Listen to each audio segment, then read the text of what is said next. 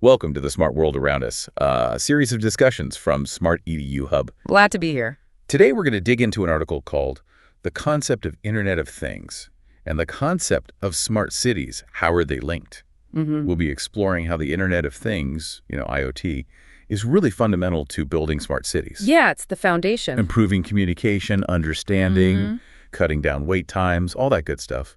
And you can find the link to the article in the description below. And what really jumps out from the article, I think, is the point made by the author, Catalin Vrebe. Right. He stresses that, yeah, the tech is amazing, but smart cities really depend on people. People. How so? Well, citizens and public institutions actually being capable and willing to work together. That's the crucial bit. Ah, the human element. Got it. Okay, so let's unpack this a bit. What is IoT, fundamentally? Where did it come from? Well, the concept itself isn't brand new. Kevin Ashton coined the term way back in 1999. He was talking about a system where the internet connects to the physical world through sensors, basically. Sensors, like tiny eyes and ears. Sort of, yeah. They collect data, send it over networks, Wi-Fi, 4G, Bluetooth, you name it, to servers. And we see this tech everywhere now. Connected cars, industrial gear, drones, smart fridges. Even our phones, right? Absolutely. Mobile phones, too. It's everyday objects getting connected. The scale is just, wow. The article mentions billions of connected devices already. Billions. And it's projected to hit, like, tens of billions really soon. That's huge. The market value mentioned over $1 trillion. Yeah. It's not small change. No way. And an IoT system, it breaks down into three main things, really. Okay, what are they? First, you need the gear to collect data. Sensors, phones, stuff like that. Right, the collectors. Second, the networks to send the data, your Wi-Fi, 4G, all that. The pathways. And third, the computer systems. Storage, analysis, software, the brains, you could say.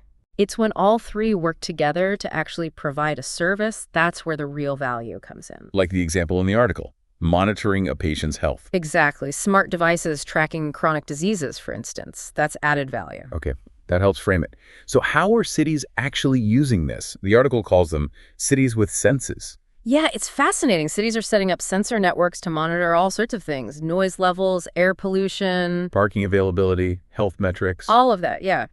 The piece even mentions Thinkful, a search engine just for connected devices. A search engine for things. Wild. London's example sounds interesting. Sensing London.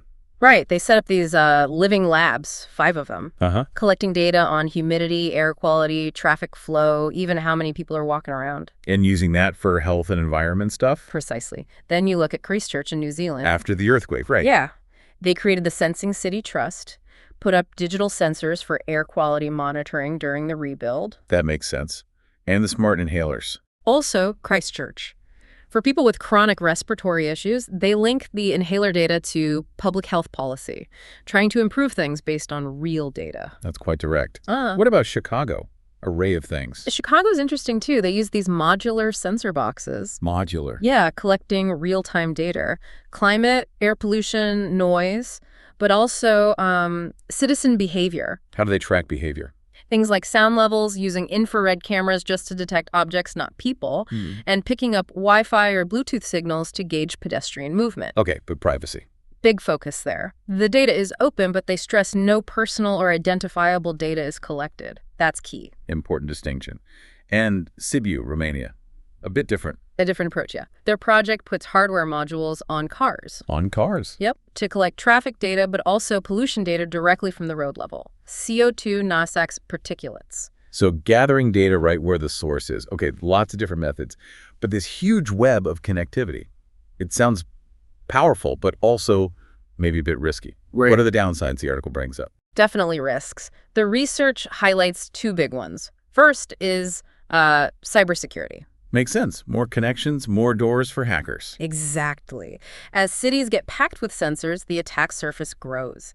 Catalin Vrebe and Dan Garloi from Oracle Romania warned about this specifically. Raises some serious questions. It does. Like, who's making this equipment? Who controls it? What's it really measuring?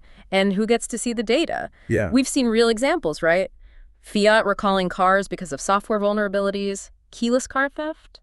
And didn't someone mention messing with traffic lights? Yeah, Cesar Cerudo, a security expert, he suggested it was possible. A sobering thought. Definitely. What's the second risk? It's called temporary inoperability, basically things not working together or just stopping. Like connection problems? Partly. There's no single standard for all these wireless technologies. They don't always speak the same language. Plus, power consumption is an issue. Yeah. And new tech develops so fast, faster than the old stuff wears out. So you get mismatches. Potentially. What if your driverless car needs to talk to a traffic light sensor, but the standards are different now? Or the network signal just gets noisy and cuts out? Yeah, that could cause chaos. It could. Reliability is a huge factor. And underlying all this tech stuff, Yeah. it comes back to people trusting it, Yeah. right? As Raby points out. Absolutely crucial. If citizens don't trust or accept these smart solutions, they won't work. Period. So, wrapping up, this whole exploration shows IoT isn't just tech for tech's sake. It's this deep interplay between society and technology. Well put. And IoT is probably the biggest challenge we face right now. Just because connected devices are evolving so explosively, there's a real possibility, as the article suggests, of an IoT dark side. Not necessarily illegal, but just this vast hidden layer of connected things we don't fully understand or regulate. Which means education is vital. For everyone, planners, politicians, citizens, we all need to get smarter about this smart tech. That leaves a big question hanging for you, our listener. As our cities get smarter, more sensible, how do we make sure trust and responsibility are baked right into the system? Something to think about.